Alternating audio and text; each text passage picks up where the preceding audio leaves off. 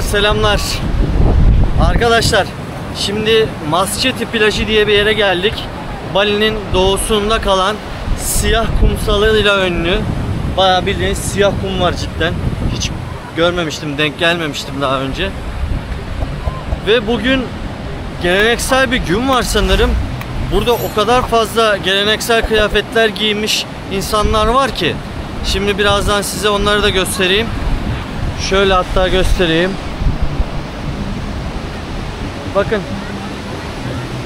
Kadınlar bordo etek, beyaz gömlek. Erkekler de böyle başlarına beyaz bağlamışlar. Sarımtırak bir gömlek var. Altları değişiyor ama.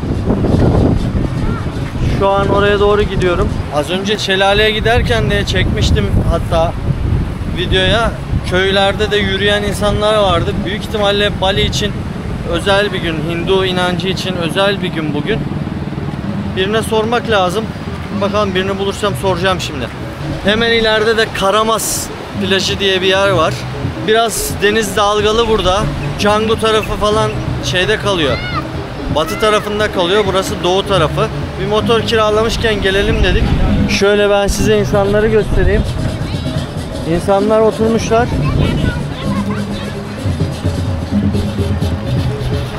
Değişik bir ayin gibi bir şey var ya. Ha bakın orada da biri var. Şimdi girsem aralarına acaba. Bakın şöyle bir maket gibi bir şeyler yapmışlar. Hello.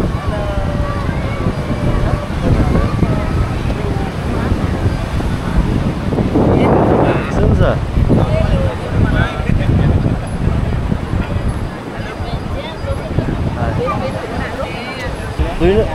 Do you speak English? No? Okay. Thank you. Şuradan İngilizce birini bulursam soracağım ya. Çok farklı baksanıza. İnsanlar oturmuş. Şurada da biri var. Dua ediyor. Değişik otlar falan var elinde. Yanında bir tane ateş yanıyor ufak bardak gibi bir şeyde. Gonglar falan var.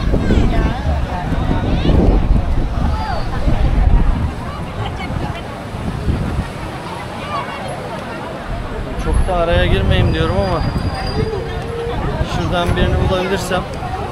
Hello, do you speak English? Is it a special day? Ceremony for Hindu. Yeah? What's it mean? Can you explain for me? Huh? Can you? No, sorry. No, okay. We call the Malasti Day. Malasti Day. Yeah, Malasti Day. Today Malasti Day. Yeah, Malasti Day. Yeah. The meaning is meaning? we have a barong. Balon? You know barong? Balon? Barong, yeah. Yeah. Like over there. Uh-huh. After this ceremony, barong come down to Sweet. and the meaning is to clean. Soul. Yeah. Cleaning soul. Clean apa kan nenek? Body, soul. Yeah. Menyucikan. Yeah. Menyucikan. Oh, very interesting. Yeah. Thank you very much. Yeah. Thank you very much. Nice to meet you. Are you YouTuber? Yeah, for YouTube. Yeah. Şimdi arkadaşlar anladığım kadarıyla arkadaşların da İngilizcesi çok iyi değilmiş ama anlattılar. Bugün özel bir seremoni varmış. Birazdan balon dediler ama kayık gibi bir şey herhalde. Şu çektiğim böyle deveye benzeyen siyah şeyler var ya, onları denize salacaklarmış sanırım. Ve bu ruhu arındırdığına inanıyorlarmış. Bugün Hinduizm inancı için özel bir günmüş. Gerçi belki Bali için de olabilir. Komple Hinduizm olmayabilir. İşte bir seremoni uygulayacaklar. Bayağı dualar ediliyor. Bir sürü insan toplanmış. Bir tane arabanın tepesinde önemli bir din adamı herhalde. Orada otlar falan var. Ateş gibi bir şey yanıyor yanında. Bir şeyler alıyor, serpiyor. Bir yandan sürekli ağzı oynuyor. Bir şeyler konuşuyor belli ki. Bir dua ediyor herhalde. Çok ilginç bir şeye denk geldik. Böyle insanların, halkın olduğu bir plaj zaten. Turistik bir bölge değil. Burada da birçok insan var. Bakın satıcılar falan var şurada. İçecekler var.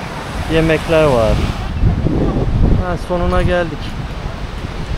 Şimdi ben arkadaşlar sahilden yürümek istiyorum.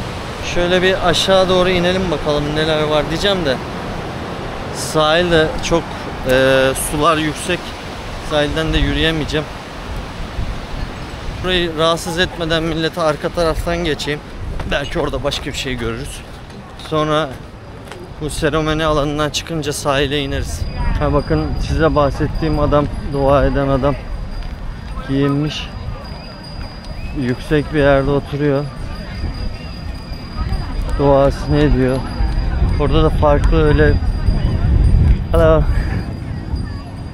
böyle deve figür gibi korkunç suratlı. Hello. Huh?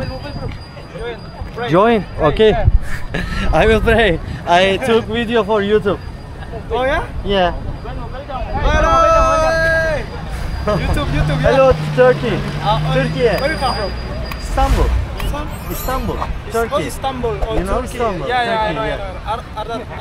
Arda Arda Turan. Yeah, right now is Arda Güler. Do you know Yeah. Arda Güler? Real Madrid football player. my friend from Uzbekistan. Uzbekistan. Nice to meet you, bro. Have a good day. Bye bye. Çok sıcakkanlı insanlar ya. Asya insanı genelde büyük çoğunluğu çok güler yüzlü ve sıcakkanlı oluyor. Tabi bazı olaylara rastlanıyor. Geçen Kamboçya videosunda bayağı bir yorum yapan oldu. İnsan kaçıran çetelerden bahsedildi. Bunu ben açıkçası yorumlarda öğrendim arkadaşlar. Vallahi bilmiyordum. Bana dediler onlardan bahsetsene. Sen Kamboçya'nın güzel olduğundan bahsediyorsun. Ya ben gezdiğim yerler fena değildi. Hani orada da bahsettim. Çok gelişmiş bir ülke değil. Fakat büyük bir soykırımdan çıkmış. Yani Kamboçyalılar okumuş, kendi halkından okumuş herkesi katletmişler. Onun için cahil bir toplum kalmış. Yetişmiş insanları yavaş yavaş tekrar yetiştirmeye çalışıyorlar. Ama büyük ölçüde toparlamışlar. Benim gördüğüm Phnom Penh tarafı. Kırsal kesimi bilmiyorum. Siem Reap'e de gitmedim. Aslında Siem Reap'e de gidenler iyi diyorlar. Hani bu konuda da bir problem olduğunu söylemiyorlar. Yani ben sonradan da izledim birkaç video bu konu hakkında anlatan haberleri falan filan. Çinli bir adam varmış ve böyle bir organizasyon kurmuş. İnsanları dolgun maaş vaadiyle kandırıp Kamboçya'ya getiriyormuş ve Kamboçya'da böyle esir kampı gibi bir yerlerde zorla çalıştırıyormuş. Ellerinden pasaportu alıyormuş. Yani kötü şartlarda çalıştırıyormuş. Böyle bir olay varmış ve bunu ortaya çıkaran da bizim Türkler olmuş. Yani ekonomik durumu kötü olan ülkelerde maalesef ki bizde de bu durum oluyor. Yani güzel maaş uğruna farklı ülkelere göçüp farklı başlarınıza bela alabilirsiniz. Biraz daha akıllı davranılmasını rica ediyorum. Çünkü insanlar yani bir fakirliğin olduğu bir ülkede, cahilliğin olduğu bir ülkede kesinlikle kötü olaylar yaşanılması kaçınılmaz oluyor. Bu konuda lütfen arkadaşlar kanmayın. Çıkın, gezin, görün. Fakat böyle para kazanacağım uğruna, öyle yapacağım uğruna kimse kimseye bedavaya para vermez. Kendi işinizi kendiniz bulmanız gerekiyor. Ta Kamboçya'ya kadar bir vaat uğruna gelmeyin. Yani böyle bir duruma düşmeyin arkadaşlar. Kendiniz bizzat gelin. Kendiniz şehirde gezerekten, kendi tanıştığınız, güvendiğiniz insanlarla beraber çalışın. Ama biri size mesaj attı internetten, yok şöyle para kazanırsın, yok böyle yap olur falan filan diyenlere lütfen itibar etmeyin. Çoğu dolandırıcı.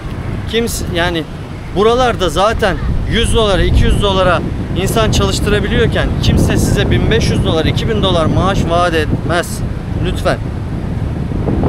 Dikkatli olalım arkadaşlar. Acayip. Hello. Hello to Turkey. Turkey. Hello Turkey. Yeah. Arkadaşlar ateş yakmışlar. Boğucu bir duman geliyor. Bu da seremoninin bir parçası mı bilmiyorum. Şuradan ben bir sahile giriş yapmak istiyorum. Kumu da yakından görelim. Siyah kumu. Oh, battım direkt. Terlik de yok. Spor ayakkabıyla geldim. Şuraya bakın ya. Çöp gibi gözüküyor ama arkadaşlar çöp değil bunlar. Şurada gördüğünüz yerdekiler Hindu geleneğinde tanrılara sunulan böyle bir tabak yapıyorlar. Muz yapraklarından. Üstlerine çiçekler koyuyorlar, pirinç koyuyorlar, böyle değişik değişik şeyler koyuyorlar. Bunları bütün tapınaklara, yerlere, kaldırım kenarlarına, her yere bırakıyorlar, her yere. Bunlar da valla karıncalar, mancalar, böcekler yiyordur bunları. Yoksa zaten biliyorsunuz paganizm olayı da genelde doğaya tapınmak olduğu için, doğaya, hayvanlara. Hinduizm, diğer dinlerde paganizm sonuçta. Hepsi birbirine bağlantılı. Bu yerde gördüğünüz her şey tanrılara adanmış birer ayin şeyler işte ya. Tam ne diyeceğim bilemedim. Baksanıza şuraya.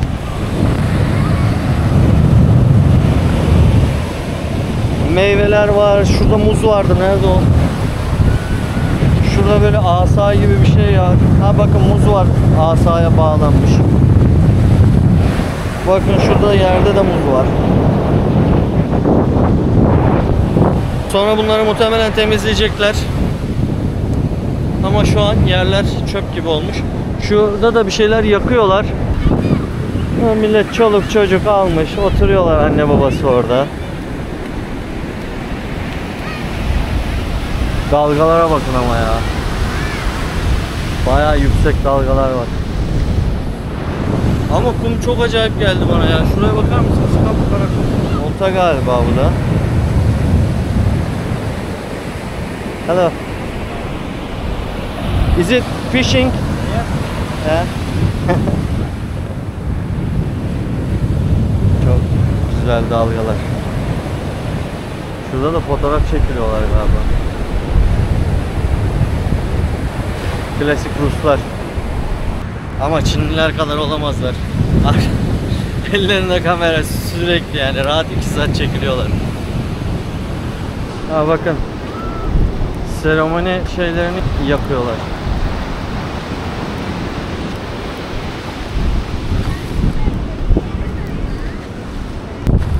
Bu arada arkadaşlar, Bali'de trafik yoğun. Özellikle turistik bölgelerde çok fazla trafik var. Gelirseniz şaşırmayın. Ne kadar doğal olduğunu söylesek de, ne kadar güzel manzaraların olduğunu söylesek de şehir merkezleri tabii ki arkadaşlar çok yoğun. Bir de Bali'yi biliyorsunuz, sosyal medyada olsun, YouTube'da, başka mecralarda olsun çok fazla öne çıkardıkları için, çok fazla şişirdikleri için Bali turist akınına uğruyor. Bayağı bir turist var. Gerçi şu an yağmur sezonu olduğu için fazla turist yok da yine sokaklar cidden dolu. Onun için Bali'ye gelirseniz doğallıkları tabii ki farklı yerlerde görürsünüz ama şehir merkezlerinde göremezsiniz. Çok kalabalık. Size tavsiyem, motor kiralayın. Tek yere gidecekseniz sadece Grab kullanabilirsiniz. Ama gel gelelim birkaç yere gidelim. Yani sabah kalktım gezersiniz. Yani hepsinin araları 5 kilometre, 6 kilometre, 8 kilometre civarlarında olduğu için bir motor kiralayın. 1 saat 2 saat bir yeri gezin. 1 saat 2 saat bir yeri gezin.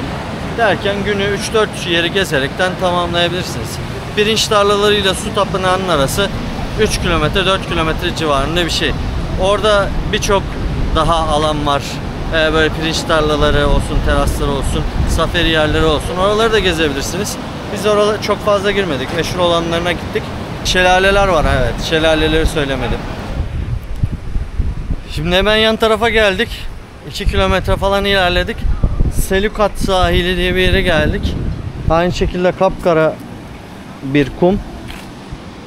Şurada çok güzel bir kafe gibi bir şey var. Millet yatıyor. Bakın kafeye. Ne kadar güzel. Kum çok yumuşak ama kömür gibi ya. Baksanıza şuna.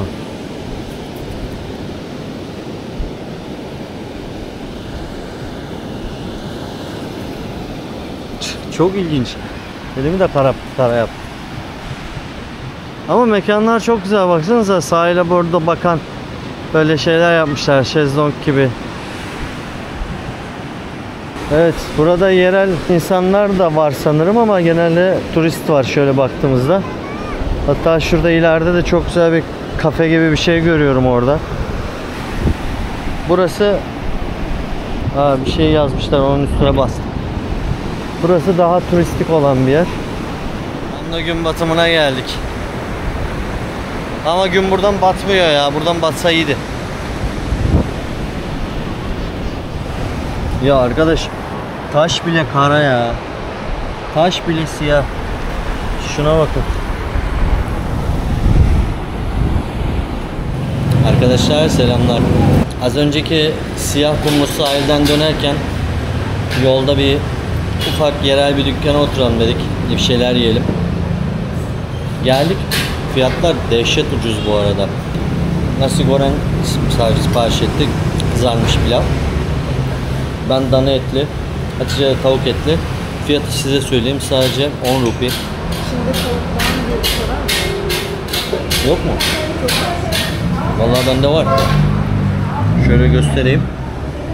İçinde görüyor musunuz? Şöyle ufak ufak kıyılmış bir sürü dana eti var. Şurada bir ıspanak tarzı bir ot var. Yumurta var. Rengi de turuncu soslu bir şey. Tabii ki her zamanki gibi Hatice gene beğenmedi. Klasik. Ben alıştım. Beğenmedim dedim. Beğendin mi? Beğendim. Hadi az önce beğenmedim demedin mi? Beğenmedim demedim. İçinde tavuk yok bilmem ne diye. Bu beğenmemek olmuyor mu? Ben mi yanlış anlıyorum? Sürekli bir şeylerden şikayet ediyor. Ben et alamam.